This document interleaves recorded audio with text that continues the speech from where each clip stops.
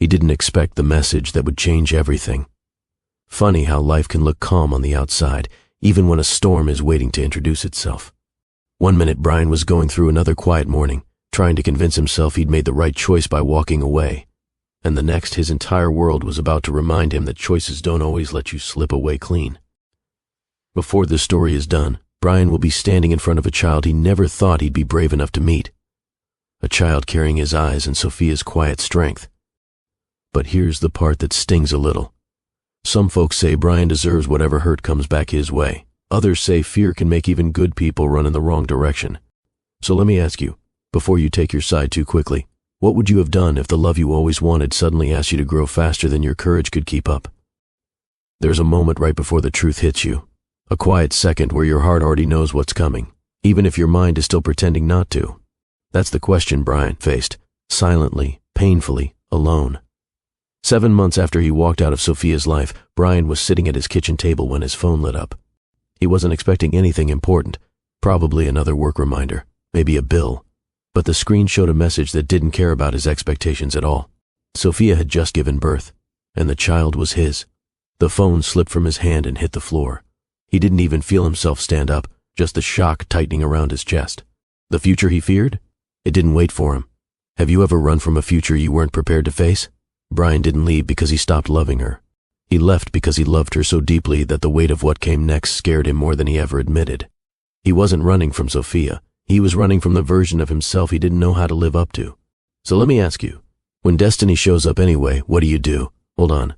Before you think this is just another story about a man who ran from responsibility, let me stop you right there. Because this isn't a story about running. It's a story about what happens when life circles back and says we're not done. Brian wasn't the only one holding a secret during those 7 months. Sophia was carrying something too, something that would change both of their lives the moment he found out. And that moment, it comes fast, faster than he ever expected. Here's the truth most people won't say out loud. Sometimes the future you're terrified of is the same future that would have loved you the most. Brian thought walking away kept him safe, but life has a gentle way of proving that the things we fear don't always come to break us. Sometimes they come to become us. And when he learns what Sophia has been carrying alone, his heart won't just break, it will wake up. Welcome back to Mr. Dave's Stories, where every story reminds us that growth is possible, healing is real, and lessons are everywhere. If this is your first time here, we're honored to have you. Go ahead and hit that subscribe button so you never miss a story that might uplift, inspire, or change the way you see life. And hey, if these opening moments already have you leaning in, go ahead and tap that like button so YouTube knows stories like this still matter. Because trust me, this one is just getting started. The morning sun in Birmingham had its own personality. Not loud, not rushed, just warm enough to remind folks that a new day had something worth stepping into. And on this particular morning, that sunlight slipped through the curtains of Sophia and Brian's apartment, as if it already knew the two of them were caught in that sweet space where love feels heavy in the best way. Sophia was the first to move. She always was. Not because she was restless, but because mornings mattered to her. There was something about the stillness before the rest of the city woke up, the hum of cars not yet filling the road, the distant sound of a gospel choir warming up somewhere a few blocks away, drifting through the open kitchen window like a reminder of her childhood Sundays. She stretched, slid out of bed, and padded across their small but cozy living room. The hardwood floors creaked slightly beneath her feet, just the way she liked it, as if the house announced her presence each time she walked through it. On the counter sat a box of cornbread mix she'd planned to use the night before but got too tired to finish. She smiled at it, shaking her head. Later, she whispered, knowing full well she'd probably forget again. Behind her, Brian stirred. He wasn't a morning person, never had been. His body fought the sunrise like it was part of a competition he never signed up for. But he'd gotten used to the scent of fresh coffee drifting through the apartment because Sophia always started the pot when she woke up. She said it helped her think. He said it helped him survive the first hour of consciousness. After a few moments, the bedroom door pushed open, and Brian's sleepy figure filled the doorway. Hair messy, t-shirt wrinkled, eyes trying to adjust. He leaned his shoulder against the door frame and watched Sophia move around the kitchen. "You're up early," he muttered, rubbing his neck. "I'm always up early," she said with a playful smile. "You're just always late to the party." He chuckled, that soft, low sound she liked more than she ever admitted. He crossed the room, kissing the top of her shoulder before reaching for a mug. "What's on the agenda today?" he asked. "Workshop planning," she said. "The kids want to learn coding basics, so I'm putting together something fun for them. Thinking of using a game theme." Brian's brow lifted. "A game theme?" "Yeah," she said, pouring herself a cup of coffee.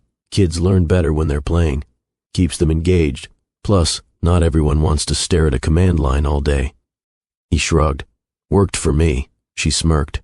"You were a different kind of kid. That's what my mom used to say," he replied, setting his coffee down. "Usually when I broke something."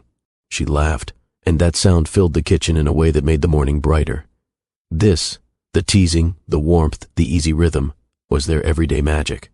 Nothing fancy, nothing loud. Just two people who cared deeply for each other, sharing little moments that piled up into something that felt like home. Outside, the choir's harmonies floated through the air again, voices layered softly as neighbors prepared for their day. Sophia paused to listen, leaning her hip against the counter, letting the familiar comfort wrap around her. "You hear that?" she asked. Brian nodded. "I think that 10-year-old soprano is getting better." "She's been practicing," Sophia said. "Her grandma told me she hums scales while sweeping the porch."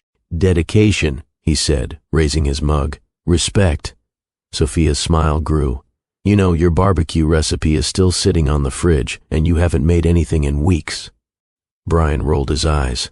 "Football season hasn't started yet. That never stopped you before." He lifted a hand. "My craft requires preparation." "Uh-huh. Sure." He reached for her waist gently, pulling her closer. "You doubt my skill?" "I didn't say all that," she said, laughing again. "I'm just saying the recipe card is starting to look lonely." "Well," he said, "we can fix that this weekend." "That's so. That's so," he repeated, kissing her cheek. It was moments like that that made Sophia feel certain they were building something strong, something that could withstand life's storms. They'd been planning their wedding, not rushing but moving with intention, picking venues through long conversations, browsing designs for invitations, talking about flower arrangements. Sophia's best friend had already offered to help, and Brian's sister had been texting color palette ideas back to back. This was the kind of life Sophia prayed for, not perfection, but partnership, not glamorous all the time, but dependable. And Brian, for all his quirks and quiet moments, had a way of grounding her without ever dimming her, which is why she didn't think twice when she said, casual as the breeze slipping through the window, "We should probably figure out where we want to live after the wedding, whether we stay here or move closer to your job." Brian froze. It wasn't dramatic, just subtle. A pause in his breath, a shift in his shoulders, something small, something she might have ignored on another day, but it happened. Sophia noticed. She always noticed things like that. "You okay?" she asked softly. Brian blinked, trying to shake it off. Yeah, I'm fine, just thinking." "About what?" He hesitated. "Nothing specific, just stuff, she repeated. He nodded without looking her in the eyes. Sophia set her mug down, studying him. The morning was still warm, still gentle, but a thin line of tension threaded itself between them, not enough to break anything, but enough to tap her on the shoulder. She tried again. "We don't have to make decisions right now. I was just talking." "I know," he said quietly, and that should have been enough. But something in his tone carried weight, a kind of heaviness she didn't quite understand yet, something he wasn't ready to share. To ease the moment, she nudged him lightly with her elbow. "Unless you're trying to avoid picking a place so you can escape the stress of furniture shopping." Brian laughed, but it was softer this time. "Don't judge me. You know that place downtown frightens me. You're talking about a couch store." "Exactly." She laughed harder than she meant to. He joined her, and for a moment the tension faded. The choir outside shifted to another song, something upbeat this time, and the apartment felt warm again. But the truth, even then, was already forming beneath the surface, a small seed planted by fear, waiting for the wrong moment to sprout. They just didn't know it yet. "Of course," she hesitated, not because she was scared, but because she wanted to read him clearly before she asked. "Do you ever think about, starting a family? Not right away, just someday?"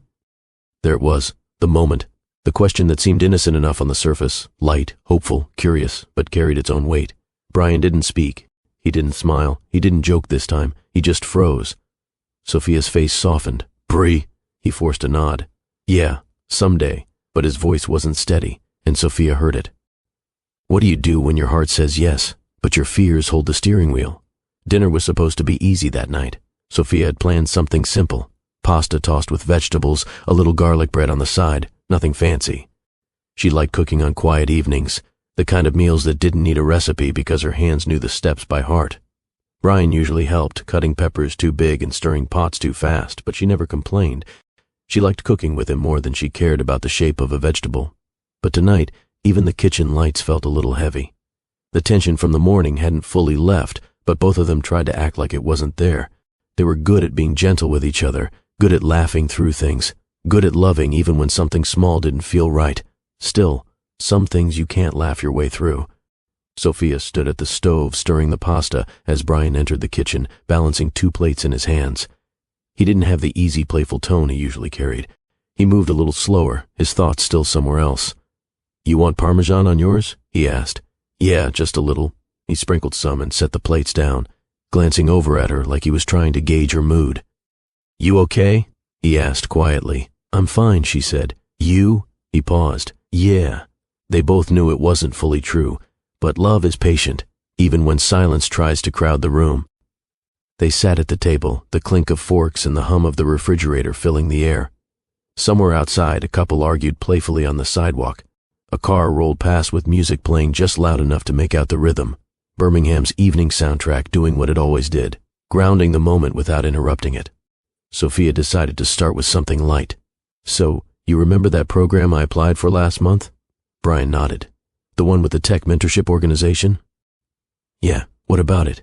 Sophia took a breath, her eyes brightening. "I got it." Brian blinked. "You did?" She nodded. "They want me to lead the new expansion, building a tech education program for kids on the West Side. They said my approach was innovative and community-centered. Their words, not mine." For the first time all evening, Brian's face lit up with genuine joy. "Soph, that's amazing, seriously, that's huge." She smiled, a real one this time. "I know. It feels unreal." He reached across the table and squeezed her hand. "I'm proud of you," she soaked in his words. She needed them. She loved hearing him say things like that. Not because she needed validation, but because he had a way of making her achievements feel even more meaningful.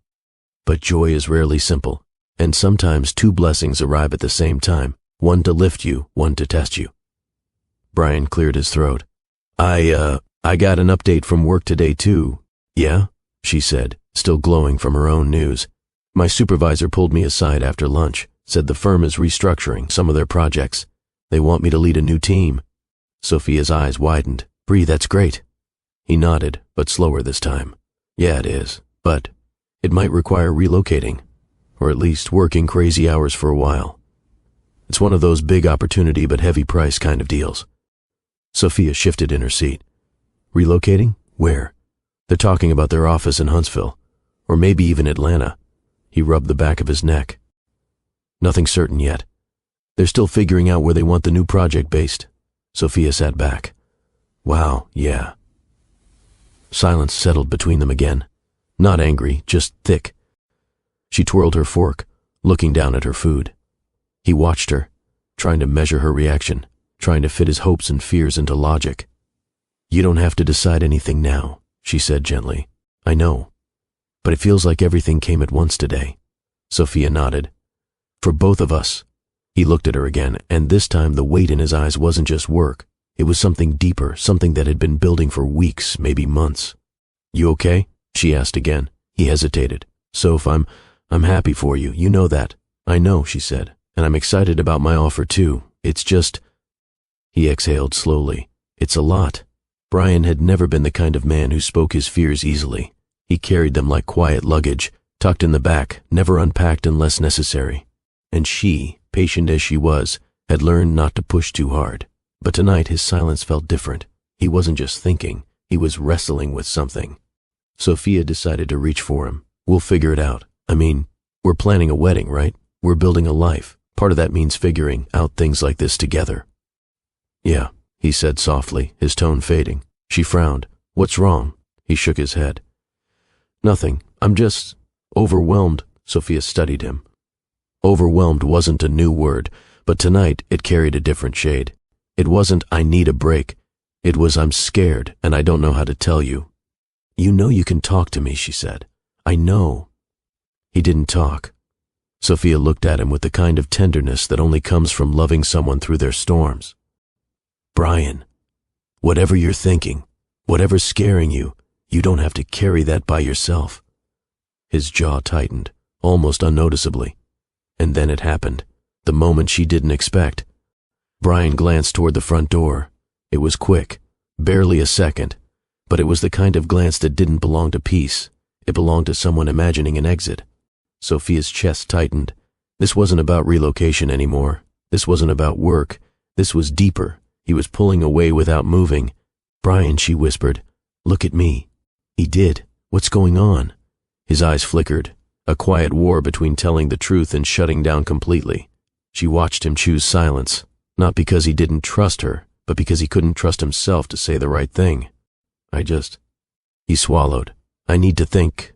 "About us?" she asked, her voice fragile. He closed his eyes for a moment, and she knew the answer long before he said anything. When he finally opened them, guilt was sitting right there with him. Soph, she felt the air shift, the way it does right before a cold front rolls in. He reached for her hand but then pulled back halfway, unable to follow through. She felt the loss of that almost touch sharper than she wanted to admit. "Brian," she said softly, "you're scaring me." "I'm not trying to," he murmured. "But you are." He looked down at his plate. "I don't want to hurt you." "Then talk to me." But instead of talking, he shut down even more. Shoulders curled in slightly, breath shorter, mind racing somewhere far beyond the kitchen walls. The narrator let that silence hang for a beat, the kind of beat everyone recognizes, the one where love is still present but fear is getting the louder microphone. And then, in that fragile quiet, the moral truth slipped through. Why does fear get loudest right when life gets good? The night had its own heaviness by the time they reached the living room. The kitchen lights were still on behind them, casting a warm glow across the floor. But the warmth didn't reach Brian's expression anymore. It lingered somewhere near the counter, sitting beside the untouched garlic bread and the half-empty glasses of water. Sophia followed him quietly, her footsteps soft, her breath careful. She didn't want to push him into a corner, but she also didn't want to pretend nothing was wrong. Pretending wasn't love, at least not the kind she believed in. Brian sat on the edge of the couch, elbows resting on his knees, hands clasped tightly, a posture that didn't belong to ease. It belonged to someone holding something too big for their chest. Sophia took a seat across from him, not close enough to overwhelm him, but not so far that he felt alone. She knew him well enough to understand the space he needed, but tonight, something in him was drifting farther away than space could explain. "Talk to me," she said softly. Brian didn't look up. His voice came out low, thin. "I don't know where to start. How about the truth?" He exhaled. "That's the problem." She waited, patient but scared, the kind of scared that doesn't shout, the kind that sits behind your ribs and whispers warnings you don't want to hear. Brian rubbed his forehead. "Soph, everything's changing. Your job, my job, the future, all of it. That's life," she said gently. "We face it together." "Yeah," he whispered. "Together." She caught the tremor behind that word. "But something is making you feel alone." He didn't deny it. She moved a little closer, folding her hands in her lap. "Is it the move, the timing, or is it us?" He flinched, not physically, but in his eyes. A flicker of truth he didn't want to show. "Brian, is it us?" she asked again, her voice barely more than a breath. He finally looked up, and the moment he did, she knew. Fear. Not anger, not regret. Fear. Raw and unguarded.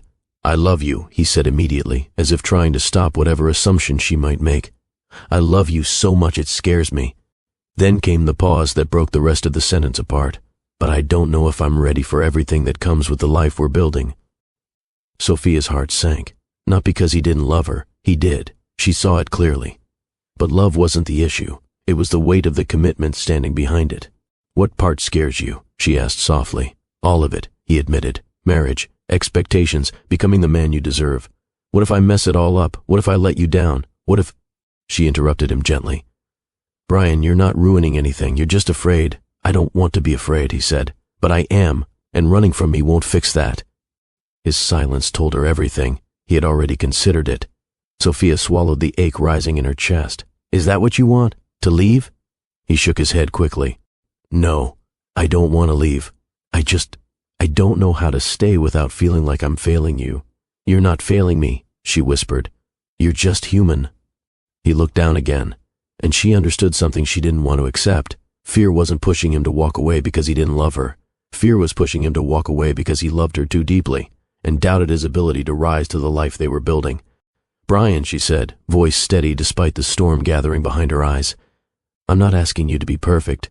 I'm asking you to be present." He closed his eyes at her words, as if they were too heavy and too true at the same time. She tried again, softer. "If something's wrong, we fix it together. If something scares you, we talk through it. You don't have to carry it alone." He leaned back slowly, taking a long, shaky breath, the kind of breath someone takes before making a decision that feels bigger than them. She watched the rise and fall of his chest, watched the trouble shifting behind his expression, watched him wrestle with something she couldn't reach. She stepped closer and touched his hand. He didn't pull away. He didn't lean in. He just stayed still. "Please," she whispered, "don't run from me." His voice came out barely audible. "Soph." The moment stretched between them, a fragile thread holding two hearts in place, and then he stood up. It wasn't dramatic, it wasn't loud, it wasn't angry, he just stood. Sophia rose with him, pulse racing. "Brian, what are you doing?" He looked away, unable to hold her gaze. I need some space." "Space?" she repeated. "Right now?" "I don't want to say the wrong thing," he said. "I don't want to hurt you with words I'll regret, but leaving will hurt more," she said, her voice cracking just slightly. He winced like her pain hit him physically. "I just need to get my head straight," he whispered. She shook her head. "You don't get your head straight by walking away from the person who loves you." "I don't know what else to do," he said, his voice helpless and raw. Sophia stepped closer until they were just inches apart. "Then let me help you. Let me be here with you. Let me understand what you're feeling." But he was already retreating into himself, that quiet, unreachable place he went when fear took the wheel. "Bree," she whispered, "don't do this." He didn't answer. He walked to the door, slow, conflicted steps, the kind of steps that said he didn't want to go but didn't know how to stay. Sophia stayed rooted in place, her heart pounding. The air around her felt too still, too tight. "Brian," she said again, her voice trembling now, "please." His hand rested on the doorknob. For a second, just a second, she thought he might turn around, thought he might drop his head, come back, sit beside her and let her hold the fear with him. But the seconds slipped away. He opened the door. The sound of it moving echoed through the room more loudly than it should have. "I'm sorry," he whispered, and he stepped out. The door closed behind him, softly, but with enough finality to split Sophia's breath in two. She stood there, staring at the space where he had been. The silence didn't rush in. It crept, slow and cold, wrapping around her until she felt it settle into her bones. Her knees grew weak, and she dropped onto the couch, clutching one of the throw pillows just to keep her hands from shaking. Some stories don't start with fireworks. They start with someone walking out. Sophia wiped her eyes, inhaling shakily as the weight of the moment settled. "Tell me in the comments, have you ever had someone leave without warning?" Brian's apartment had never felt this quiet before. It wasn't a big place, just a one-bedroom with plain walls, a couch that had seen better days, and a kitchen counter that always ended up covered with mail he promised himself he'd sort later. But tonight, the silence stretched across every inch of it, heavy enough to feel like a presence sitting on his chest. He dropped his keys onto the small table near the door, and the sound echoed too loudly in the stillness. His footsteps felt slow, dragged down by something heavier than exhaustion. He walked straight to the kitchen, opened the cabinet, and reached for the coffee grounds. It was already 2 a.m. He knew he didn't need more caffeine. He needed sleep, clarity, courage, something he couldn't name, but habit carried him through the motions anyway. Spoon, filter, water, the quiet drip of the machine filling the air. He leaned against the counter with his head bowed, palms flat on the cool surface. He could still hear Sophia's voice, soft, surprised, hurt. "Brian, please, don't do this." That sound replayed in his mind like a memory refusing to fade. And he hated himself for it, not because she was wrong, but because she was right. She had known him, seen him, understood the parts of him he tried to hide under jokes and quiet smiles. She had looked straight at his fear and called it by its real name. He hated that she could do that. He hated that he let fear win. The coffee pot finished brewing, but he didn't move. He stood there staring at the counter, breathing shallowly, replaying every second of that moment at the door. The way she stood there in disbelief, the way her voice cracked when she whispered his name, the way he didn't turn back. He finally filled a mug and sat down at his desk, the glow from his computer lighting up the room. The screen was cluttered with lines of code he hadn't touched in days. Nothing made sense anymore. His mind wasn't here. His heart definitely wasn't here. He opened a folder on his laptop named S+B. He never said what the letters meant, but he knew. And the moment the photos popped up, his breath caught. There they were, smiling in front of a food truck at a summer festival. Sophia laughing as he held up a terrible selfie angle.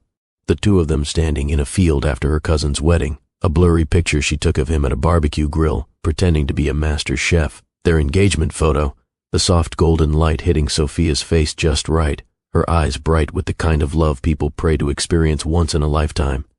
He clicked through each one slowly, as if touching glass could rewrite time. He wasn't sure if he wanted to feel better or hurt more. All he knew was that he missed her, terribly. His phone buzzed on the desk. For a split second his heart jumped, hoping foolishly, impossibly, that it might be her. But it wasn't. It was his brother. He ignored the call at first, letting it go to voicemail. He didn't want to talk. He didn't want to explain. He didn't want to hear anyone tell him he made a mistake he didn't know how to fix. But then his phone buzzed again, this time with a text. "Dude, call me." Brian let out a slow breath and rubbed his forehead before pressing the call button. His brother's voice came through immediately, tired but steady. "Brian, you good?" He hesitated. Defined good. "That bad?" Brian didn't answer. Brian stared at the glowing computer screen. "I left. You left?" A pause. "You mean Sophia?" Brian nodded, even though the other person couldn't see him. "Yeah, why?" Brian's voice cracked on the next breath. "I don't know, but he did know. He just didn't know how to say it out loud without sounding weak, broken, or worse, unworthy. "Talk to me," his brother urged. "What's going on?" Brian leaned back in his chair, staring up at the ceiling. She started talking about the future, moving, building, maybe having a family one day. "That's normal, man. I know," he whispered. "I know it's normal. It's just, I got scared." His brother sighed softly. "Brian, everyone gets scared. No one walks into commitment ready. You grow into it." Brian closed his eyes, feeling every ounce of the truth he'd been avoiding. What if I can't grow into it? What if she needs more than I can be? "So you walked out instead of asking her to slow down?" "It's not that simple. Feels pretty simple from here." Brian bristled a little at the honesty, but he didn't argue. "You don't get it. Try me." Brian shook his head, voice trembling. "I love her. I love her too much, maybe.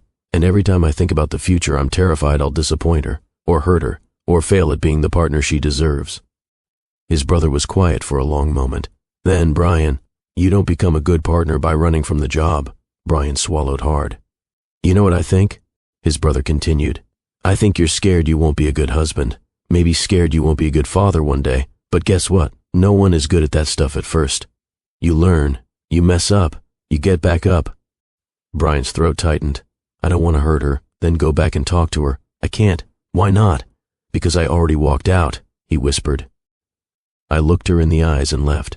That sentence pressed down on him harder than anything else. His brother exhaled. "Brian, you don't fix fear by letting it win." "I know. Do you love her?" "Yes." "Then do something about it." Brian didn't respond. His jaw clenched, and he stared at the photo on the screen, the one from their engagement day. Sophia's smile, bright and full, the way she leaned into him like she trusted him with her whole future, a future he walked away from. "I messed everything up," he whispered. "No," his brother said. "You messed up tonight. That's different." Brian stayed quiet, letting those words sink in. "Okay, do you miss her already?" Brian didn't hesitate this time. "Yes," he said, voice cracking. "More than I can explain." His brother sighed again, but it wasn't judgment, it was concern. "Then you need to figure out if the fear you're feeling is a warning, or just you getting in your own way." Brian didn't know. That was the problem. He didn't know anything anymore. "I gotta go," he murmured. "I'll talk to you later." "All right, but think about what I said." "I will." When the call ended, the apartment fell back into its quiet state. The computer screen dimmed slightly, and Brian felt the weight of the night settle into his shoulders again. He took a sip of his coffee, now slightly bitter, and stared at the picture one more time. Sophia, the woman who loved him, the woman he loved, the woman he left behind because he didn't trust himself to be enough. The regret crept into his chest slowly at first, then all at once, a dull ache spreading, taking up space he couldn't hide from. He leaned back in the chair and closed his eyes, letting the silence swallow him whole. Why do we run from people we can't stop thinking about? Sophia woke up the next morning feeling the kind of heaviness that doesn't announce itself with tears but settles into the body quietly, in the shoulders, in the breath, in the way the room feels too still even when sunlight tries its best to make everything soft again. The first thing she noticed was the empty space beside her, the indentation on the mattress, the pillow he usually patted twice before sleeping, the faint smell of his cologne still clinging to the blanket. She sat up slowly, running a hand across her face. Her chest tightened, Just a little, just enough to remind her that last night wasn't a dream, and the man she loved had walked out of the front door carrying a fear he didn't know how to name. She took a deep breath, steadying herself before standing. Her grandmother always taught her that some mornings required courage before coffee. Today was one of them. Still, she reached for the coffee maker, not because it would erase anything, but because some routines deserved to survive even when heartbreak tried to interrupt them. As the machine hummed, she leaned on the counter, eyes unfocused, the memory of Brian's voice replaying in her mind. I just need some space. Space. That word used to feel healthy. Now it felt like distance, like a door closing. Sophia exhaled slowly, turning her attention to the small notebook she left on the table the night before. It held her workshop plans, lessons, project ideas, ways to get her kids excited about technology again after a long school week. She flipped it open, hoping focusing on something familiar might steady her. But her hand froze when she saw the page she'd left unfinished, a doodle she'd drawn without thinking, 2 wedding rings intertwined. She closed the notebook gently.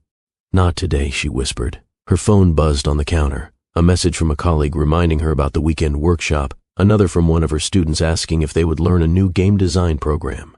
She smiled softly. Her kids always knew how to pull her forward. She grabbed her jacket, tied her hair loosely, and stepped outside. The Birmingham morning air greeted her with warmth, the kind that felt honest, like it wasn't pretending to hold her together but still offered comfort. She walked down the sidewalk past the familiar houses, the neighbor sweeping his porch, the distant hum of a bus crawling down the street. Her feet carried her to the community center where she taught. As she opened the door, she heard laughter from the room down the hallway, her students arriving early, eager, bright-eyed as always. She took another steadying breath and walked in. "Miss Sophia," a boy called out, grinning up at her. "We saved you a seat next to the projector." She smiled back. "Good, because I can't run this show without my tech crew." The kids cheered, and she felt a gentle warmth spread through her chest. They didn't know anything about last night. They didn't know about fear or heartbreak or what it felt like to stand in front of a door you wished someone hadn't walked through. They just knew she showed up, and showing up mattered. She plugged in her laptop as the room buzzed with energy. Her students talked over each other excitedly, debating which project they should start with, bragging about who coded the fastest loops last week, arguing playfully over which snacks should be in the vending machine. Sophia found comfort in the noise. "All right, team," she said, taking her place at the front. "Today we're going to build something that moves. Literally. Animations, simple ones. Something fun." A girl in the front raised her hand. "Can we make the character dance? We can make the character do whatever you want," Sophia said, "as long as you tell the computer how to do it." A wave of excitement rippled through the room. She watched them work, small faces scrunched up in concentration, fingers tapping keys, heads leaning close to screens. She moved around table by table, helping debug a line here, explaining a function there, letting their joy anchor her in the present. But every so often, when she paused or when the room got slightly quieter, she felt a tug somewhere deep in her chest, a tug shaped like Brian. It didn't stop her from working. It didn't ruin her focus. It just lingered, soft but persistent, and she refused to let it break her day. Later, during a short break, one of the center volunteers, an older woman from the neighborhood who helped manage snack time, approached Sophia with a warm smile. "You're glowing today," she said. Sophia blinked. "Am I?" "Mm-hmm. Even when life gets heavy, some folks still shine." The woman placed a gentle hand on her shoulder. "I don't know what's on your mind, but I do know you'll get through it." Sophia nodded gratefully. She didn't explain anything. The woman hadn't asked for details, and she didn't need to. Comfort sometimes comes from people who don't require a story first. The workshop continued for hours. It wasn't until late afternoon that Sophia finally glanced at her phone again. No messages, no missed calls. She swallowed tightly and tucked the phone back into her bag. After the workshop ended, she stayed behind to clean up. One of her students handed her a drawing, a stick figure holding a laptop with a big smile, and the words "Thank you, Miss Sophia" written in wobbly letters. She took the drawing gently. "This is beautiful. I'm putting it on my fridge tonight." The girl beamed before running off to join her friends. Sophia stood there for a moment, holding the drawing against her chest. Sometimes children have a way of reminding you that you matter, even when the person you love is battling a fear you can't touch. On her walk home, the sky shifted into soft evening shades, blue melting into peach, shadows stretching across the sidewalk. Her phone vibrated again. She pulled it out quickly, only to realize it wasn't him. Her cousin had sent a funny meme. Her friend had sent a dinner invitation for later in the week. Her grandmother's name appeared with a simple message: "Call me when you get home, sweetheart." Sophia smiled softly. That message felt like a hand on her back. When she reached her apartment, she placed her bag down, hung up her jacket, and stood in the middle of the living room. The quiet didn't feel as sharp as it did in the morning. Her day had kept her busy enough to soften it, but the emptiness still lingered, hovering in the corners. She sat down at the kitchen table and pulled out her notebook again. This time, she avoided the wedding doodle and opened a clean page. She wrote, "Kids want to try robotics next month." Then below it, "Need to order new laptops for summer program." Her eyes drifted toward the door without meaning to. It was pointless, she told herself. He wasn't coming back tonight. Maybe not tomorrow either. Still, hope is stubborn. She reached for her phone again, thumb hovering for a moment over Brian's name in her recent contacts. She didn't call, didn't text, didn't let herself fall into that loop of waiting. Instead, she set the phone face down on the table and whispered to herself, one step at a time. Her grandmother's advice echoed gently in her memory. "Baby, healing don't always look like strength. Sometimes it looks like getting through the day without falling apart." Sophia closed her notebook, folded her hands, and let the evening silence settle around her. Calmer this time, less punishing. Strength doesn't always look like moving on. Sometimes it's just surviving another day. Brian's takeout was getting cold on the coffee table, but he barely noticed. The plastic container sat open, steam long gone, the fork still tucked into one corner like a reminder that he had planned to eat but lost the thread somewhere between regret and exhaustion. He sat on the couch, hunched forward, elbows on his knees, staring at the blank TV screen. The silence wrapped around him again, but this time it wasn't sharp. It was dull, steady, the kind of silence that stretches forward without promise. He finally took a bite, chewing absent-mindedly, but the food tasted like nothing. He swallowed anyway. His eyes drifted to the window. He knew Sophia's routine.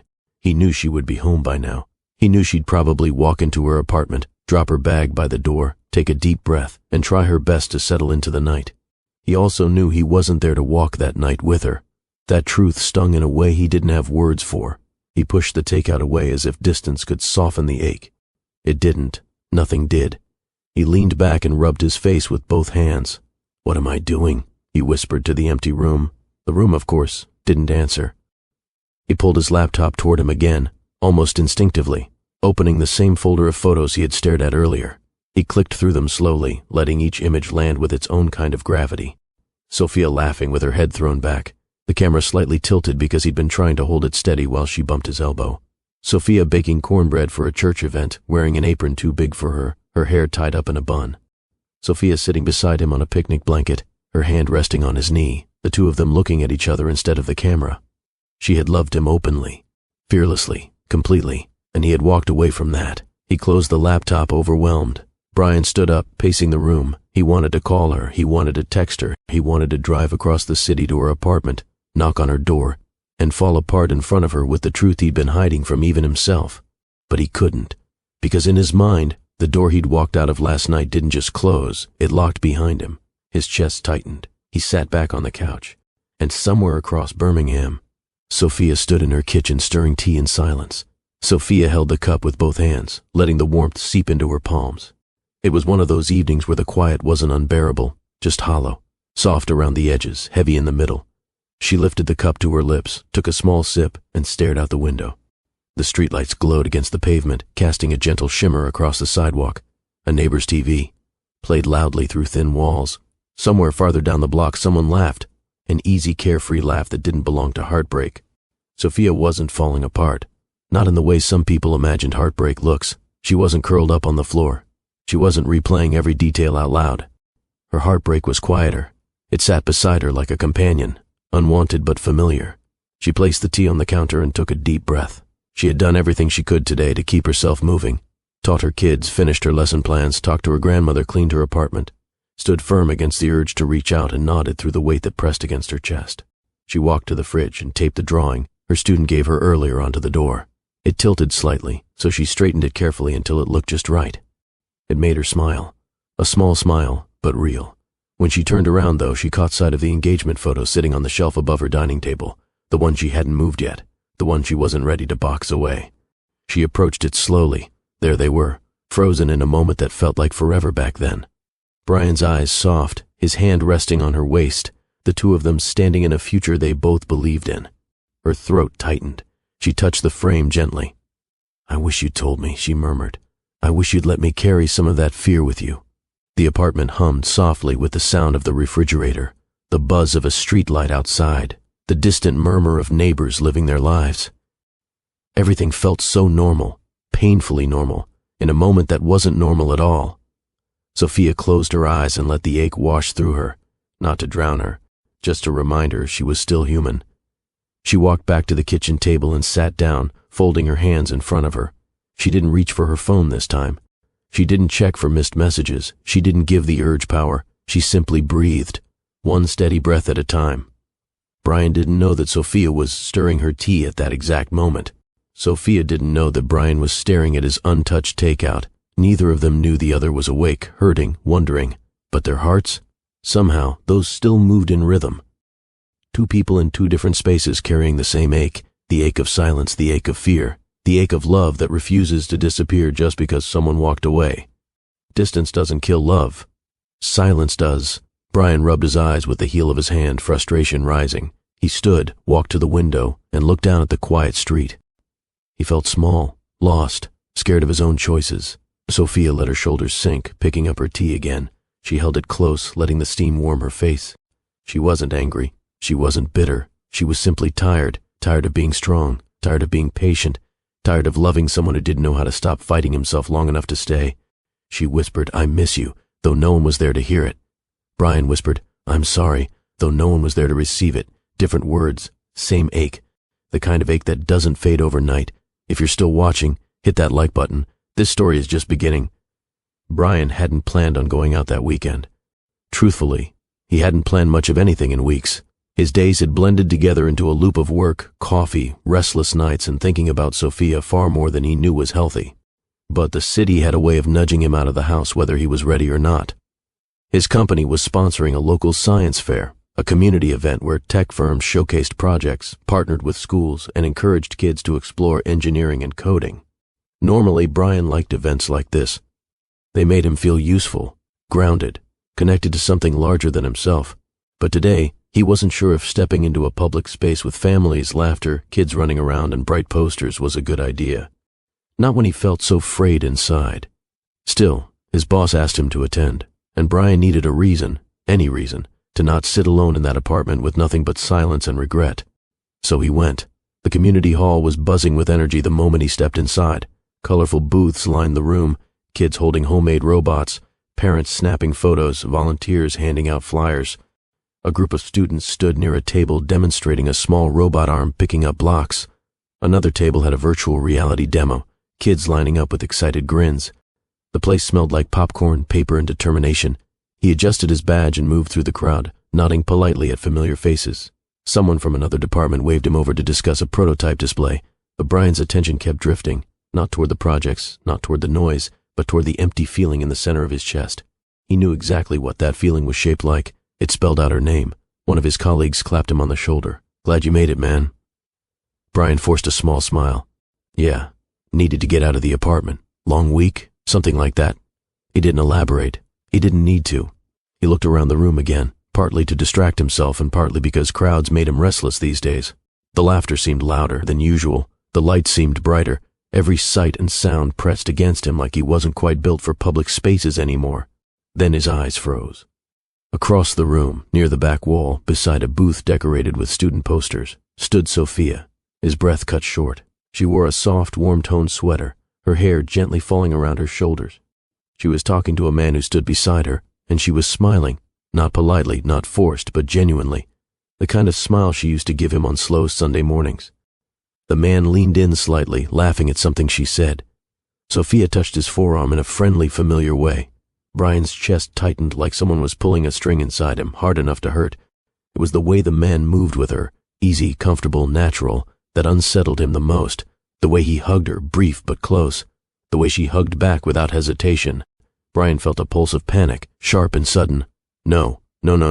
His heartbeat thudded in his ears. The noise of the room faded behind him. All he could see was the easy warmth between them, the familiarity, the closeness, and it stabbed at something deep.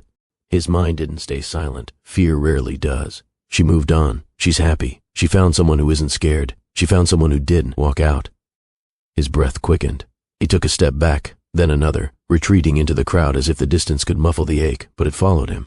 It followed him through the rows of tables, past students showing off projects, past volunteers greeting guests, past parents cheering for their school teams.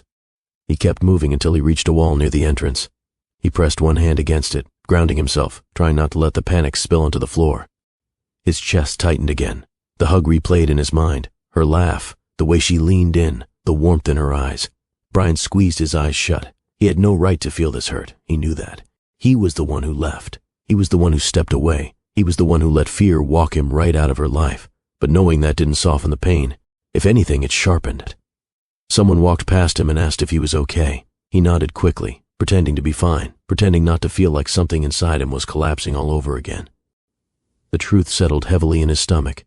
He wasn't ready for this. He wasn't ready to see her smile like that without him. He wasn't ready to feel replaced. He wasn't ready to face the possibility that Sophia had kept living while he kept waiting. He took a slow breath, shaky, uneven, and tried to focus on the room instead of the storm inside his chest. Kids were laughing, booths were buzzing, parents clapped proudly for their children. Life kept moving. But Brian couldn't. After a moment, he forced himself to look again. He hadn't imagined it. Sophia really was there, really laughing. He swallowed hard. His stomach churned with a mix of jealousy, longing, regret, and the kind of fear that comes from realizing you might have broken something permanently, something you desperately want back. He stayed near the wall for several minutes, trying to regain his balance. His hands shook slightly. He wiped them on his pants, then tried to steady his breathing. When he finally found the courage to move, he didn't walk toward Sophia. He walked away from her. His steps were slow, heavy, but certain. He didn't trust himself to approach her without breaking down. He didn't trust himself to hear her laugh and not fall apart all over again. He didn't trust his heart not to confess everything, the fear, the confusion, the regret, right there in the middle of the science fair. So he left. He slipped out the side door, letting the cooler air of the evening wrap around him. He leaned against the brick wall, pressing his palms into his eyes. He whispered to himself, "I waited too long." Inside, he heard a burst of applause, probably for a student presentation. In that moment, he wished life were as simple as a science project. You follow the steps, fix the mistakes, rebuild the parts that fall apart. But love wasn't a project. It was a choice, one he failed to make. He pushed off the wall and began walking toward the parking lot, each step carrying the weight of what he thought he saw. He didn't look back. He didn't want to look back. He muttered under his breath, "She's gone. What would you do if you thought the one you love replaced you?" Brian didn't sleep that night. He tried. He turned the lights off, crawled into bed, pulled the blanket over his shoulders, but the moment he closed his eyes, all he could see was Sophia at the science fair. Her smile, the hug, the warmth in her eyes meant for someone else. He lay awake staring at the cracks in his ceiling, breathing slowly, listening to the hum of his refrigerator through the thin walls. Every sound around him felt louder because of the silence in his chest. He kept replaying the scene, trying to convince himself he'd misread it, but fear is a stubborn storyteller. It creates its own script. It writes its own ending. It builds a story around insecurity and calls it truth, and Brian believed it. He finally got up sometime around 5 a.m., his body tired, his mind restless, his chest still tight. He made coffee, though he wasn't sure he needed more bitterness today. Around noon, after pacing his apartment for hours, he grabbed his keys and decided to go back to the science fair venue. Not to see her, he wasn't ready for that, but to return some equipment he'd forgotten to drop off the day before. At least, that's what he told himself. Truthfully, he needed answers, and answers don't hide forever. When he arrived, volunteers were cleaning up the tables, rolling cords, and stacking leftover supplies. He thanked the team, made small talk, tried to look engaged, but his mind was still tangled up in last night's moment. Then he heard someone say Sophia's name. His heart tripped. One of the volunteers, an older man with a clipboard, was talking to another, mentioning how Sophia's booth had done well, how the kids loved her demo, and how her cousin had jumped in to help organize the line of visitors. Brian froze. "Cousin?" The volunteer continued casually. "Yeah, he said he hadn't seen her in months. Drove up from Montgomery to surprise her. Sweet kid. They hugged so tight I almost thought she'd start crying." The world stopped moving. Cousin, not boyfriend, not partner, not the man Brian's fear had painted into a villain overnight. Just family. Brian's mouth went dry. His heart punched his ribs. His grip tightened on the equipment bag as the truth washed over him, slow, cold, and heavy. He'd built a whole crisis off a moment he didn't understand, a moment that wasn't what he thought it was. He closed his eyes, feeling shame crawl up the back of his neck. The volunteer kept talking, but Brian barely heard anything else. His vision blurred with embarrassment, regret, and something far more painful, the realization that fear had lied to him, loudly and convincingly. He walked outside for air, letting the door swing shut behind him. The sunlight felt too bright. The parking lot felt too open. He leaned against his car and let his head fall back. His breath trembled. "Cousin," he whispered, "I let my mind go all the way off the edge. For nothing." He rubbed his face hard with both hands. Fear didn't need facts to hurt you. It just needed space. And Brian had given fear all three. Fear will lie to you, especially when loneliness is doing the talking. Brian exhaled through his nose, long and unsteady. He saw it clearly now. The real problem wasn't the hug. It wasn't the fare. It wasn't the man standing next to her.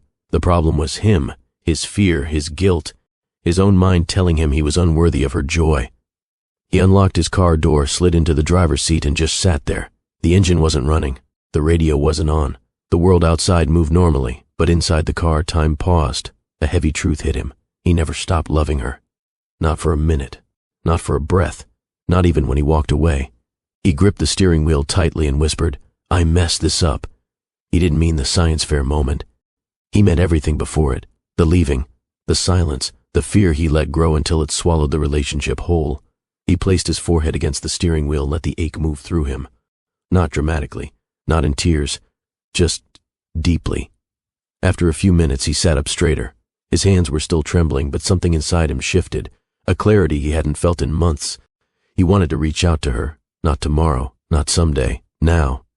He pulled out his phone, unlocked it, and opened his messages. His thumb hovered over her name. He could almost hear her voice in his head, soft, warm, grounded in truth. Talking to her had always been easy. Loving her had always been easier. He typed, "Sophia, can we talk?" He stared at the words, deleted them, typed again, "I'm sorry," deleted, typed again, "I miss you," deleted slower this time. He took a breath, steady and nervous at the same time, then typed the simplest, truest thing he could think of. "I know I don't deserve a reply, but I hope you're okay." He read the message 5 times. His thumb moved toward the send button. Almost there, almost. He froze. His chest tightened again, not with panic this time, but with a sudden rush of doubt. What if she didn't want to hear from him? What if reaching out reopened wounds she had barely closed? What if showing up now made things worse? He stared at the message until the words blurred. Then, slowly, he backspaced, until the whole text box was empty. He closed his eyes. He didn't send anything. He couldn't. He wasn't ready to face whatever silence might follow. He locked his phone and set it down on the passenger seat gently, as if the device itself needed comfort. The reward suspense settled into the air, the ache of a message that almost existed, the truth that almost bridged the distance, the love that almost reached for healing. Brian leaned back in his seat, staring at the windshield, whispering to himself, "Not yet, but soon." He didn't know that time was already moving faster than he realized. He didn't know that life was already shifting under his feet. He didn't know that the truth, the real truth, was quietly building its own way toward both of them. But for now, fear didn't just cloud Brian's vision, it stole the courage he needed. And in that quiet car, with the message unsent, he finally understood something he should have seen all along. He didn't lose her, he lost himself. Time didn't make the pain gentler, it just taught both of them how to carry it without stumbling every 5 minutes. A few weeks moved by slowly, the kind of time that doesn't rush or heal, but simply exists, long enough for routine to reappear, long enough for nights to get a little quieter, long enough for both of them to pretend, if only for a moment or two, that life was moving forward in small, careful steps. Brian settled into something that resembled normal, though nothing inside him actually felt that way. Most workdays he sat at his desk coding quietly, his fingers moving mechanically across the keyboard. Coworkers joked, laughed, tossed ideas back and forth. He smiled when he needed to, nodded when spoken to, but he felt like a walking echo, present in body, missing in spirit. He stopped going to the coffee shop near Sophia's favorite bookstore, stopped driving down the street that passed her community center, stopped taking the long way home that used to let him see the mural she loved.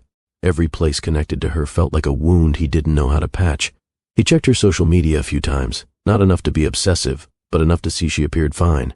Or at least, she looked steady, posting photos of her students' projects, sharing articles about tech programs in low-income schools, uploading a picture of freshly baked biscuits her grandmother taught her to make.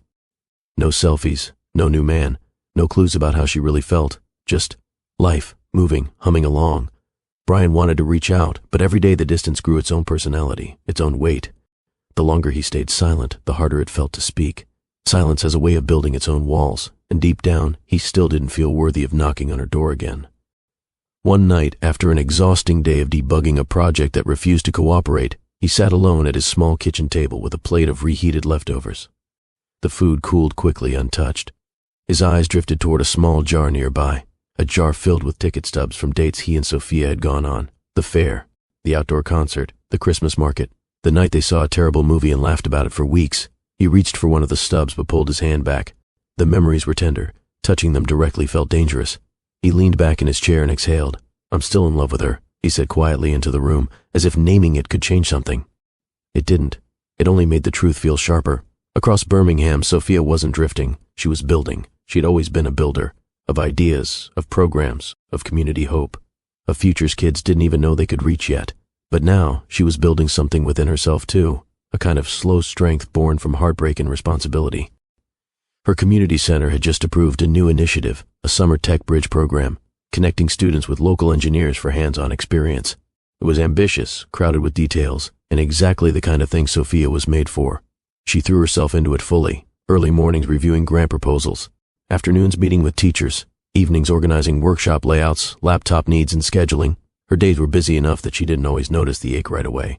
But the quiet evenings reminded her, every time, that she wasn't just working through plans. She was working through loss. One Tuesday afternoon, she stood in the supply room of the community center, surrounded by boxes of wires, batteries, old keyboards, and donated equipment. She scribbled notes on a clipboard, trying to calculate how many laptops needed repairs. For a moment, she pressed her hand gently against her stomach, steadying herself as a wave of tiredness washed over her.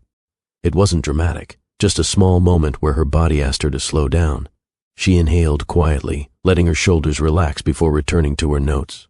She wasn't showing much yet, not enough for anyone to notice, and she wasn't ready to tell the world.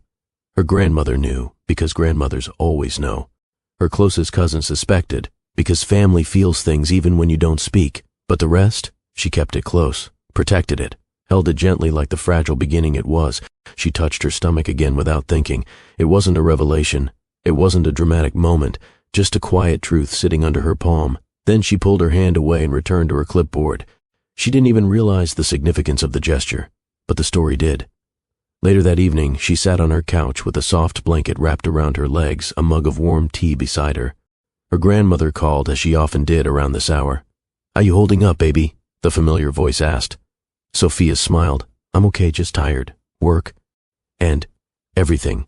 Her grandmother hummed knowingly. "You ain't gotta be strong every minute. I know. I'm proud of you," her grandmother added. "You're doing this with grace." Sophia's throat tightened. "Trying, and you're doing a beautiful job." They talked a few minutes longer.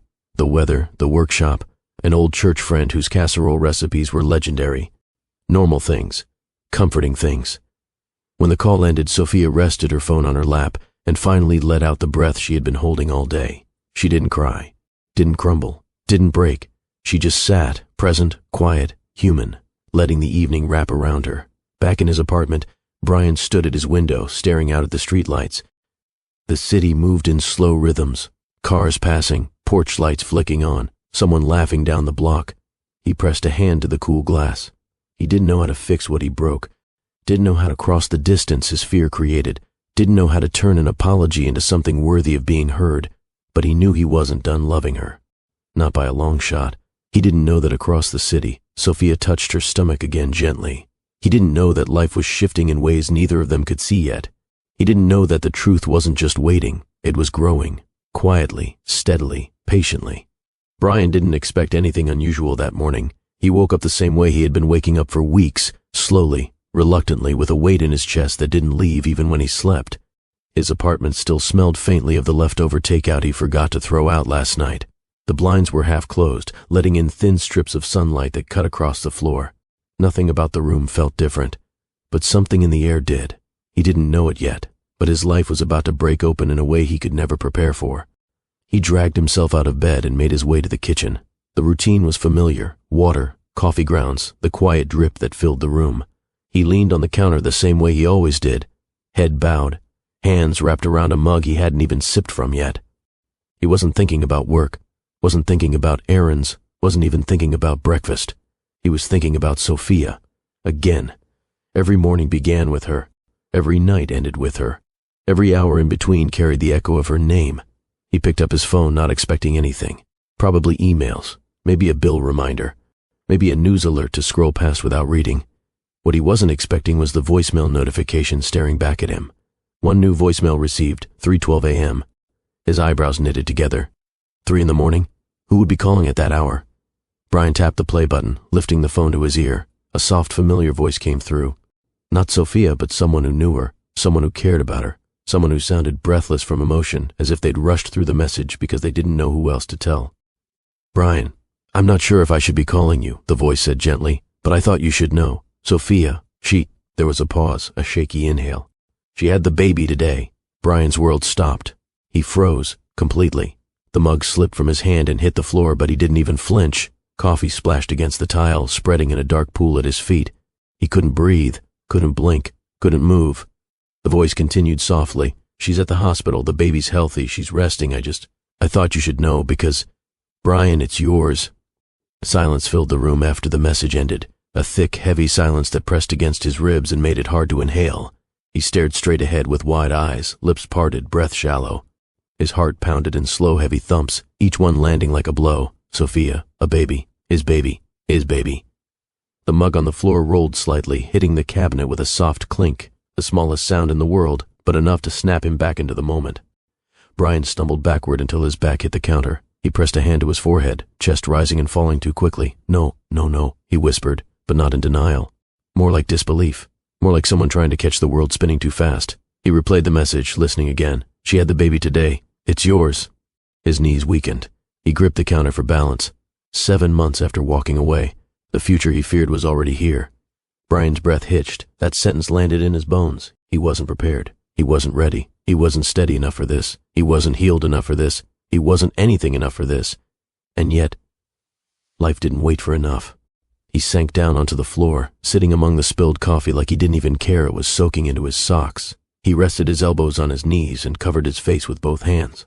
A wave of emotion crashed into him. Not one feeling, but several at once. Shock, guilt, wonder, fear, regret, love, responsibility. His mind spun with 100 questions he didn't know how to process. Why didn't anyone tell him sooner? How long had she been holding this truth without him? How could he have missed the signs? How could he have walked away from her, from them, without knowing? His mouth trembled. "How did I not know?" he whispered into his palms. "How did I not see it? How wasn't I there?" He remembered her hand resting on her stomach months ago. He remembered the exhaustion in her voice some evenings. He remembered the sudden pauses in the middle of conversations. He remembered how she sometimes drifted off a little too long before responding.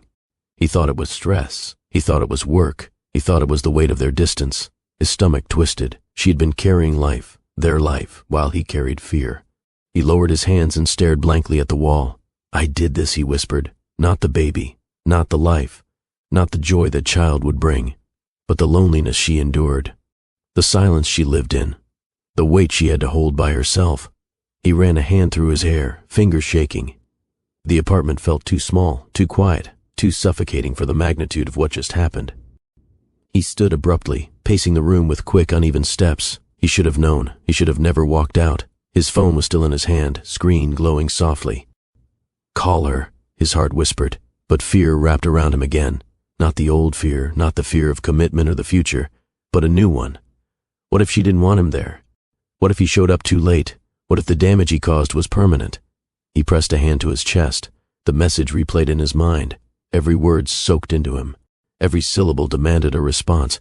And yet, he stood frozen in the middle of the room, torn between moving forward and collapsing under the weight of reality. He walked to the sink and turned on the faucet, rinsing the coffee from his hands without really noticing what he was doing. His reflection in the kitchen window stared back at him, tired, unshaven, haunted. A man facing the moment he spent months running from. He grabbed a towel, dried his hands, and gripped the counter tightly. This wasn't punishment. It wasn't karma. It wasn't life trying to hurt him. It was life telling him, "You can't outrun what's meant to find you." He inhaled deeply, chest rising slowly. For the first time in months, he felt something he hadn't felt in a long time. Not fear, not regret, but clarity. He cared. He cared deeply, and he cared enough to step up. His hand trembled as he reached for his phone again. He stared at the message details, hospital location, time, a note that she was resting. His mind whispered the question he never wanted to face. What now? What do you do when the life you avoided becomes the life calling your name? Sophia's delivery room smelled faintly of lavender wipes and the soft cotton scent of newborn blankets. The overhead lights were dimmed, the curtains pulled slightly closed, letting only a ribbon of afternoon sunlight spill through. The room was quiet now, the kind of quiet that comes after a storm of pain, tears, effort, and courage. She lay in the hospital bed, her hair gently frizzed from hours of labor, her skin glowing with exhaustion but softened by something far deeper. In her arms, wrapped in a pale yellow blanket, was the smallest, most powerful life she had ever held. Her child, her baby, the tiny heartbeat that had been growing inside her through months of silence, sadness, hope, and determination. She lifted the baby closer, inhaling that warm newborn scent, a smell that felt like a promise, like mornings that would begin with small cries, quiet moments, soft coos, and a whole new kind of love. She traced a gentle finger across the baby's cheek, marveling at how such a new face could feel so familiar already. Her grandmother sat in a chair nearby, knitting slowly, humming an old church melody under her breath. She hadn't slept much either, but her presence was grounding, steady, like an anchor tied to history and comfort. "You did good, baby," her grandmother said softly. Sophia smiled faintly. "It still feels unreal. Most miracles do at first." The words settled into the air like warmth. A soft knock came at the door, and a nurse stepped in quietly. She didn't say her name, staying safely unnamed in line with the world Sophia demanded to protect, but her smile was gentle as she checked the baby's chart and adjusted the blanket. "He's healthy," the nurse said warmly. "Strong lungs, good weight, everything looks beautiful." Sophia's shoulders relaxed. "Thank you," she murmured. The nurse nodded and left the room, closing the door quietly behind her. Sophia looked back down at the baby. Tiny fingers curled gently, peaceful breath rising and falling against her chest. She hadn't cried yet, not fully. Not the way she thought she would. Maybe the tears were still gathering somewhere in her heart, waiting for a moment when she wasn't trying so hard to stay composed. She wasn't angry at Brian. Not in this moment. Not even after 7 months of silence. She was tired, yes. She was hurt, certainly.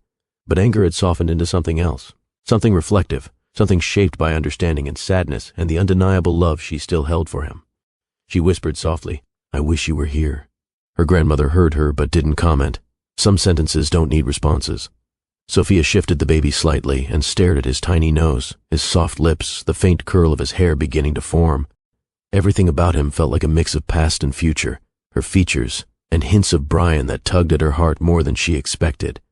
7 months ago, she'd stood in her bathroom staring at a positive test, her hands trembling as she tried to process two truths at the same time.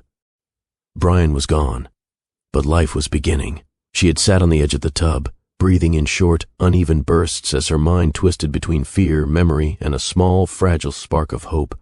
She wanted to tell him, immediately, instinctively, but the memory of him leaving, that look, that hesitation, that "I just need space," stopped her.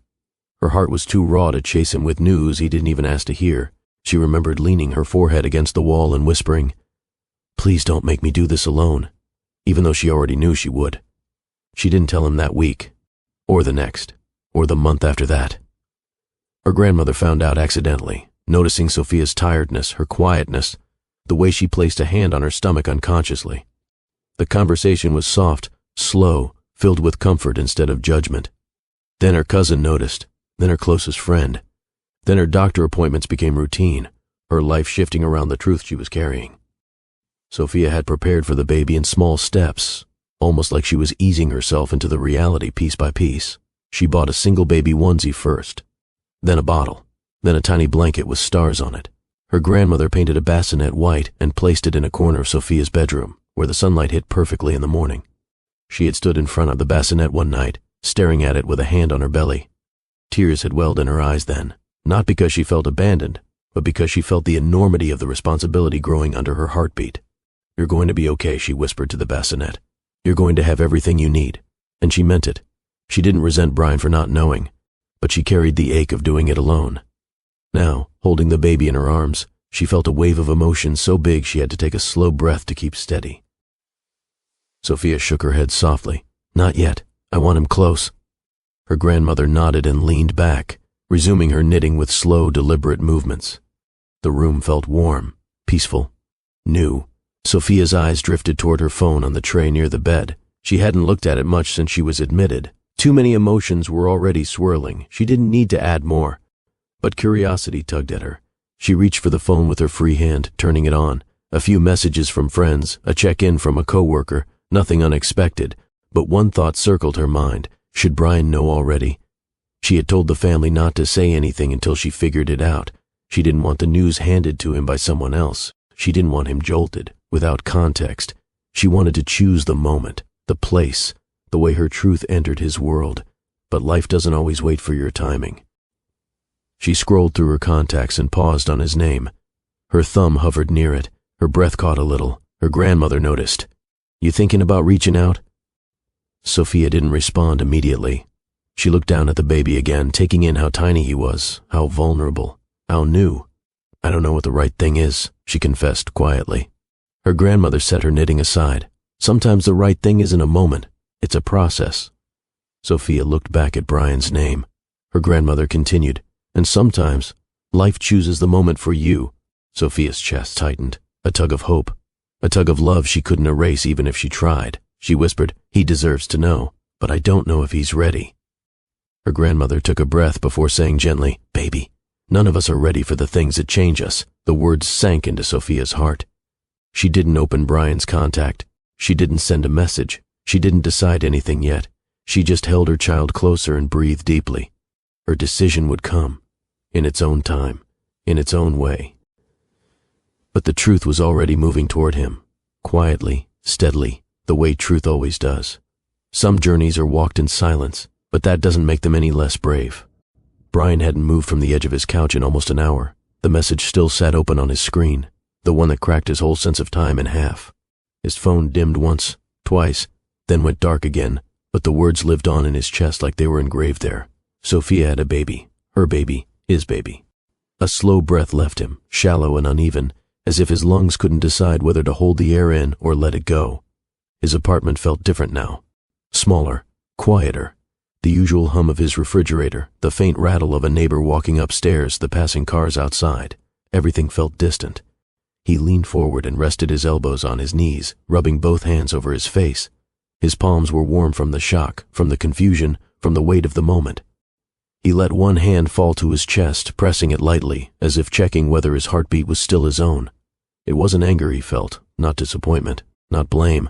It was something deeper, something shaped like responsibility, guilt, fear, love, and awe all mixed together until they felt like one long, unsteady breath. He whispered to the empty room, "I should have been there." The words echoed off the walls. He thought of Sophia, her laugh, her gentle confidence, the way she carried warmth into a room without trying. He imagined her sitting in a delivery room, her hand gripping the railing of the bed, her breath short, her body fighting for each push, and he imagined her doing it without him. The thought nearly broke him in half. He stood abruptly, pacing the small space of his living room. His socks slid slightly against the hardwood floor, and he caught himself on the arm of the couch. He swallowed hard and lifted the phone again, rereading the tiny line of text that changed everything. He felt it all over again, the floor leaving his feet, the world tilting, the voice of truth finally catching up to him. He took another shaky breath and whispered, "I should have known. I should have stayed." He walked into the kitchen, opened the fridge, stared at the cold shells without seeing any of it, then closed it again. His thoughts were louder than hunger, louder than anything else. He reached for a glass of water, took a sip, set it down, picked it up again, set it down again. His hands were restless, his mind running back through every moment he had left behind. Sophia smiling at him over breakfast, Sophia brushing cornmeal off her apron while humming softly. Sophia leaning on the counter talking about dreams of family. Sophia joking lightly about kids one day, and the way he froze, the way fear drowned out love, the way he walked away instead of facing himself. He pressed a hand against the counter to steady himself, feeling the coolness of the surface against his palm. He whispered to the empty room, "What did I do?" He wasn't talking about a single action. He was talking about all of it, the stepping back, the shutting down, the silence, the fear that felt bigger than the future, the mistake that now had a heartbeat. He turned toward the living room again and grabbed his phone. His thumb hovered over Sophia's name, trembling just slightly. He wanted to call, he wanted to text, he wanted to send a message long enough to break the screen. But what would he even say? Congratulations? No, too cold, too distant, too wrong, I'm sorry. Not enough. Not even close. I should have been there, true, but incomplete. I love you.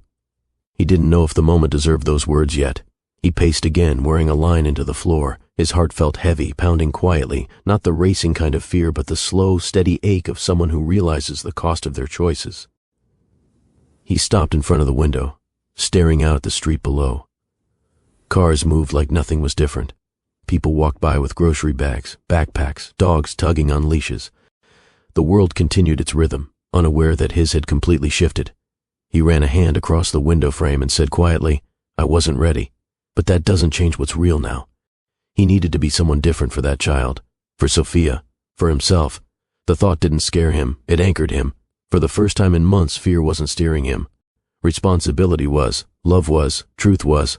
He moved away from the window and sat at his small kitchen table, the one where he used to picture Sunday mornings with Sophia, coffee mugs, sunlight across the floor, conversations about dreams and what came next. He looked at the chair across from him, imagining her there for a moment, that warm smile, that steady calm, the way she looked at him like she saw everything he didn't know how to say. He put both hands on the table and took a deep breath. Then he started rehearsing, quietly at first, barely audible. Hey, I know I'm the last person you want to hear from, but I need to talk to you. He frowned and tried again. Sophia, I got the message. And before anything else, I want you to know I'm not going anywhere. Not again. He closed his eyes, feeling the weight of the words. He tried a third time. I was scared. I was wrong. And I want to show up for our child. And for you. In whatever way you'll let me. His voice cracked a little. Not from weakness. From truth. He swallowed and tried once more, softer this time. If you'll meet me, I'll come to you. Whenever you're ready. He rested his forehead on his folded arms, letting himself breathe. Letting the emotions catch up, letting the reality settle in a way that didn't crush him, but reshaped him. This wasn't the future he planned, but it was the future that belonged to him, and it was calling his name. After a moment, he sat up straight again and reached for his phone. His thumb hovered over her name one more time. He didn't send the message. Not yet. Not until he had his mind steady and his heart clear enough to speak without fear making the decisions. But he knew the moment was coming. Soon. Very soon. People heal at different speeds. But responsibility arrives on time. Brian exhaled slowly, his chest rising with something that felt like resolve, like readiness growing roots inside him. If this moment hit your heart, make sure you're subscribed. We're almost home. Brian stood outside the small family gathering room, his hand hovering just above the doorframe, as if the wood itself contained answers he wasn't sure he deserved. He had rehearsed this moment in his apartment, standing in front of his bathroom mirror, pacing from wall to wall, whispering apologies that melted into silence, but nothing compared to this. A quiet hallway, the smell of sanitizing wipes drifting through the air, and his heart pounding like it was trying to escape his chest. The corridor wasn't busy, just a passing nurse pushing a cart, a family of 3 walking toward the elevator with soft chatter, and one older man sitting in a chair down the hall, rocking gently with his eyes closed as though praying. It was that kind of place, peaceful on the outside, but holding all the intense moments life could throw at you. Brian swallowed hard, his hands shook slightly, and he pressed them against his jeans to steady himself.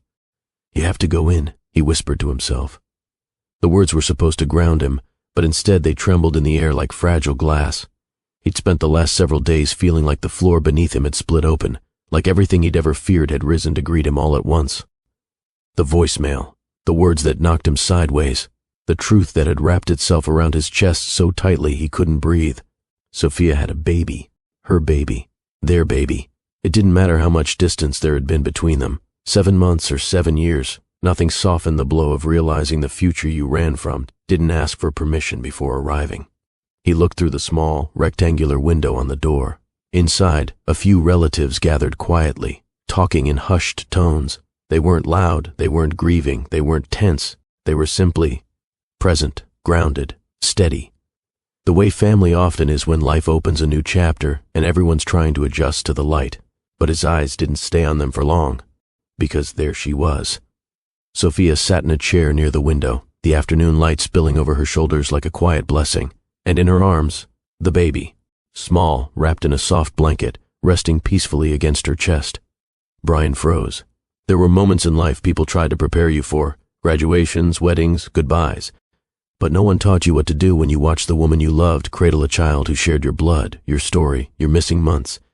He felt something warm rise in his throat, something heavy settle in his ribs. He pressed his forehead briefly against the doorframe, a quiet attempt to gather himself before he shattered right there.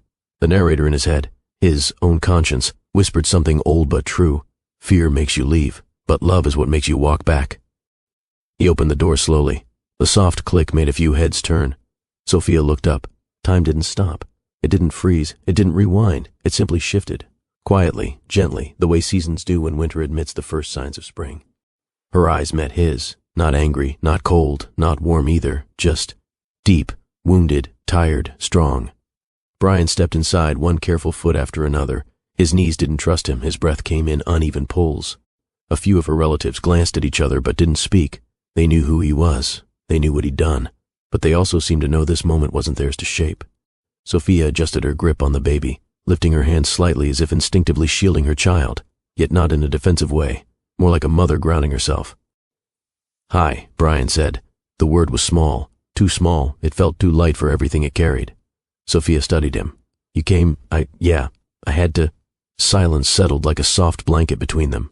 The baby stirred gently, letting out a little sound that seemed to bounce directly into Brian's spine. He swallowed again. His voice returned, this time rough. "I didn't know. I swear I didn't know. If I had—" Sophia's eyes softened just a fraction. "I believe you." He wasn't ready for those words. They hit him sideways, pushing emotion into the corners of his eyes. He blinked quickly, grounding himself before tears betrayed him in front of everyone. Sophia nodded toward a chair across from her. "You can sit." He walked around slowly, almost afraid the floor might give out beneath him. When he took the seat, he noticed how small the baby was, how tiny the fingers were, how soft the cheeks looked. He noticed the way the baby leaned against Sophia's heartbeat like it was the safest place in the world. And he noticed how Sophia held that little life with the strength of someone who had walked through nights he wasn't present for. He looked at her carefully. How are you?" Sophia let out a breath. "I'm here. I'm tired, but I'm here." He nodded. His chest tightened. "I'm sorry." She looked down at the baby. "I know." Another quiet moment. A relative stepped out. Another followed soon after, giving them space. Eventually, it was just the three of them in the room, sunlight pouring in like a gentle witness. Brian leaned forward slightly. "Can I?" He gestured toward the baby. Sophia paused. Not out of spite, not out of anger, but out of history, out of memory, out of the 7 months she carried a future alone. "Finally," she said softly, "not yet, but maybe in a moment." Brian nodded, accepting it without defense. "Okay." He didn't rush her. He didn't push. He didn't plead. He sat in the discomfort, in the truth, in the reality he helped create. That was new for him. Growth doesn't announce itself with a spotlight. Sometimes it just means choosing stillness over escape. Sophia adjusted the blanket gently, brushing the baby's forehead with her thumb. Brian watched the tenderness in her movements and felt something shift inside him, something he didn't have a name for yet. He whispered, "He's beautiful." Sophia's lips curved, not into a smile, but into something lighter, something honest. "He is," she said. Brian exhaled, pressing his palms together. His voice cracked just slightly. "Sophia, I don't know how to make this right. I don't know where to begin." She looked up at him the same way she used to look at him across the kitchen in Birmingham, steady, searching, open in a way that made him feel both seen and undone. "Then start by standing here," she whispered. He nodded, and this time the tears didn't wait for permission. He looked down, brushing them away quickly. The baby made another soft sound, a small, peaceful hum, and Sophia instinctively shifted him closer. The room felt warmer, softer, realer. Brian stared at the life in her arms, a quiet ache rising behind his ribs. A beautiful ache, a necessary one. How do you apologize for abandoning a future that still found you? The room stayed quiet for a long moment after Brian's whisper settled into the air. Sophia rocked the baby gently, her movements slow and steady, the kind of motion that seemed older than time itself. Outside the window, the sun was beginning to shift, bringing in that warm late-afternoon glow that made everything look softer, almost like the day understood how delicate this moment was. Brian kept his hands clasped together, his elbows resting on his knees. He leaned forward slightly, trying to breathe through the weight sitting on his chest. He wasn't rushing her. He wasn't trying to force a conversation. He simply sat there, letting himself feel everything he had run from, the responsibility, the love, the loss, and the truth that came with it. Sophia finally looked at him. Really looked.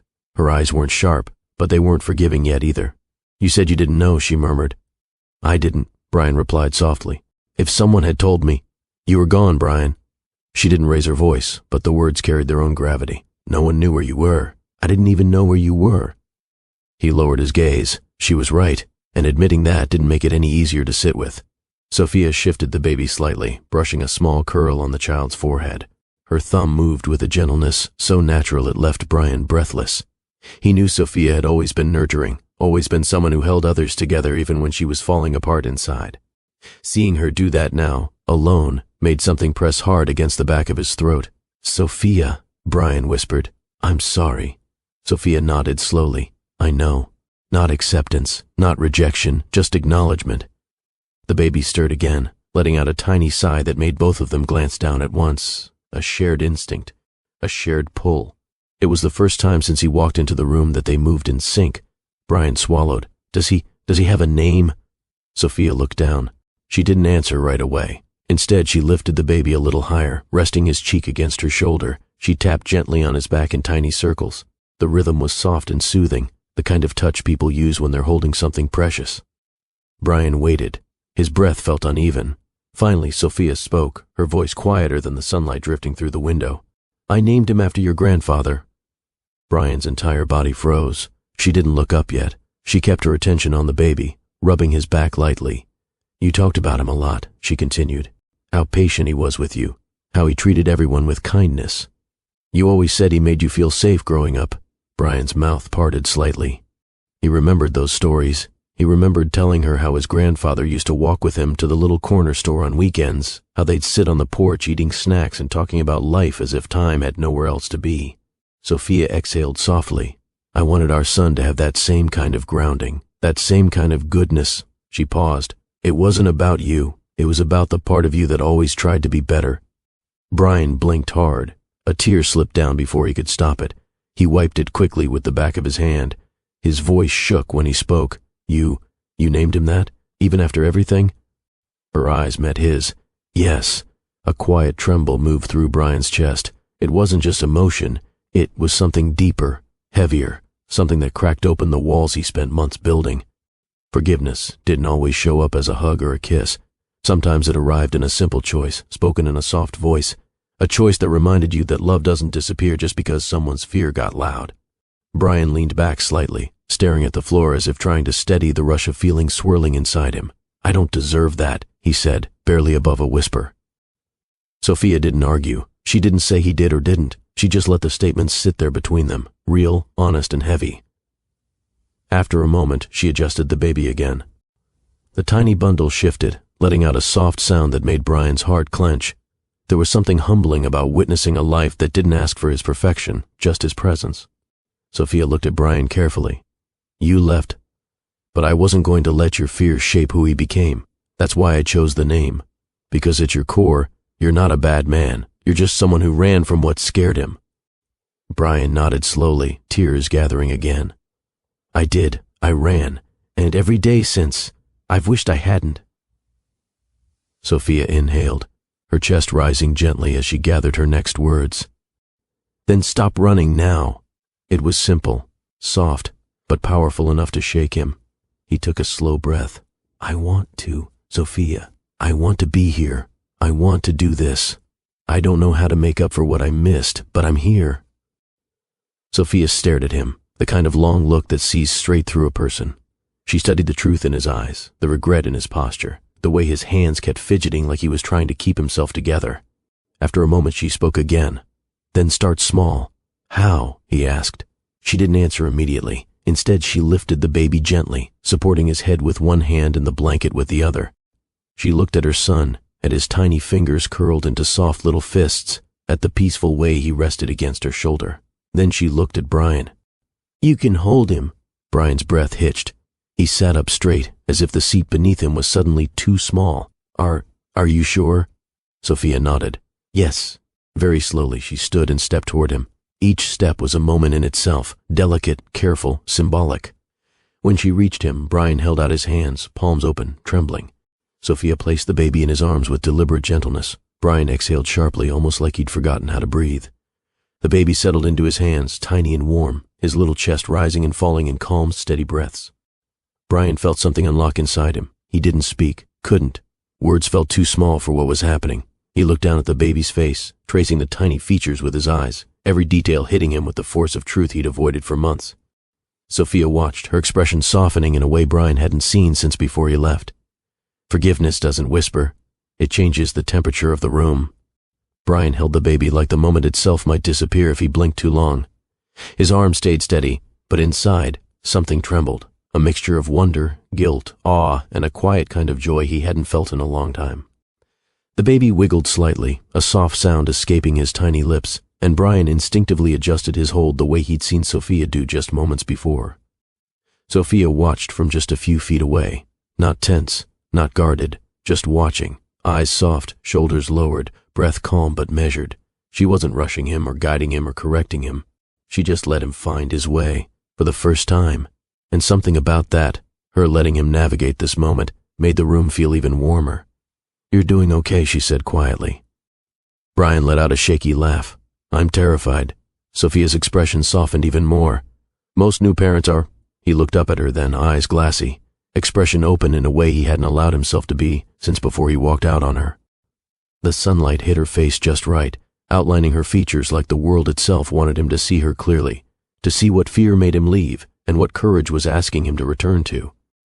"He feels so small," Brian whispered. "He is," Sophia replied, taking a step closer. "But he's strong." Brian nodded slowly, shifting the baby in his hands so he could see the tiny chest rising and falling. "He's perfect," he said, voice breaking. "Sophia, She stopped him with a gentle lift of her hand. "Let's just stay here for a moment." He nodded. Silence fell between them again, but this time it wasn't heavy. It wasn't tense. It wasn't full of all the words they hadn't said. It was calm, present, healing. Sophia stepped beside him, close enough to see the little flicker of the baby's eyelids, close enough that Brian could feel the familiar warmth of her presence, the one he had missed more than he ever admitted out loud. "Brian," she began softly, "these months, they weren't easy." He swallowed. "I know. No, you don't." She said it without malice, just truth. "But you're here now, and that matters more than I thought it would." Brian looked at her, his eyes full of questions he didn't know how to ask. Sophia reached out and touched the baby's blanket, smoothing it gently. "I'm not saying everything is fixed. I'm not saying everything is forgiven. But I am saying something in me doesn't want to keep hurting." He breathed out, slow, relieved. "I don't want to keep hurting either." She nodded. Another shift happened then, subtle but real, the kind that doesn't make noise when it grows, the kind that prepares a wounded heart for a second chance. A soft knock sounded at the door. One of her relatives peeked in, offering a small smile and a thumbs up before quietly retreating. That smile, warm, knowing, encouraging, felt like permission, not from them, but from life itself. Brian adjusted the baby again. "Do you want him back?" he asked, voice still tender, almost hesitant. Sophia watched him cradle their child, the way he held that little life with so much care. She shook her head. "No, not yet. You're okay." The baby sighed in his sleep, settling deeper into Brian's arms. Brian looked down at him and something inside him shifted fully into place. A click, a settling, a new alignment he didn't know he needed. A sense of responsibility he wasn't running from anymore. A sense of belonging he wasn't scared to claim. He glanced up at Sophia. "I don't want to miss anything else." Sophia kept her eyes on him. "Then don't. No judgment, no timeline, just a choice, open, available, waiting." He nodded slowly. "I want to be here, with him, with you. If you'll let me." Sophia took a breath, one of those breaths that carries old wounds out and welcomes something new in. "Brian, I'm not promising everything goes back to how it was. I'm not asking for that," he said gently. "But I'm saying," she continued, "we can try, carefully, slowly. Honestly this time." Brian nodded again, emotion thickening his voice. "I can do that. I want to do that." The baby made another tiny sound, almost like he agreed. Sophia chuckled softly, the kind of laugh she hadn't let herself feel in a long time. Brian felt his heart warm in a way he thought he'd lost forever. Sophia pulled a chair beside him and sat down. They weren't touching, but their closeness felt different now, less painful, less distant, more human, more hopeful. "You know," she said quietly, "I thought about whether telling you earlier would have changed anything." Brian's shoulders tensed slightly. "Would it have? I don't know," she admitted. "Maybe, maybe not. But what I do know is that carrying everything alone made me stronger, even when it wasn't fair." Brian lowered his eyes. "I'm sorry you ever had to." Sophia touched the baby's hand, her fingertips brushing the tiny knuckles. "We're here now. That's the part I want to focus on." He nodded. Another silence followed, but again, it was the good kind, the healing kind, the silence of two people finally breathing in the same rhythm again. Sophia closed her eyes for a moment, letting her shoulders relax. When she opened them, she looked at Brian differently, still cautious, still protective of her heart, but no longer bracing for pain. "Do you want to walk with us when we go home?" she asked softly. Brian looked up, surprise flickering across his face. "Yes, absolutely." Sophia nodded. "Okay." A new beginning didn't always start with fireworks. Sometimes it started with a simple invitation, a simple yes, a quiet promise to show up. Brian leaned down slightly and pressed his cheek against the baby's forehead, closing his eyes for a second, breathing in that new baby warmth that carried innocence and grace in the same breath. When he looked up at Sophia again, her expression had softened completely. There was still a journey ahead, still healing to do, still words unspoken and pieces to rebuild. But for the first time in a long time, both of them could see the path forward, not perfect, not simple, but real. Brian gently placed the baby back into Sophia's arms. This time, when she took him, their fingers brushed, just for a second, just long enough for both of them to feel something warm pulse through the moment. Hope, the quiet kind, the steady kind. He watched her hold their son again, watched the way she smiled down at him, watched the tender peace settle on her face. We all face moments where love and fear collide.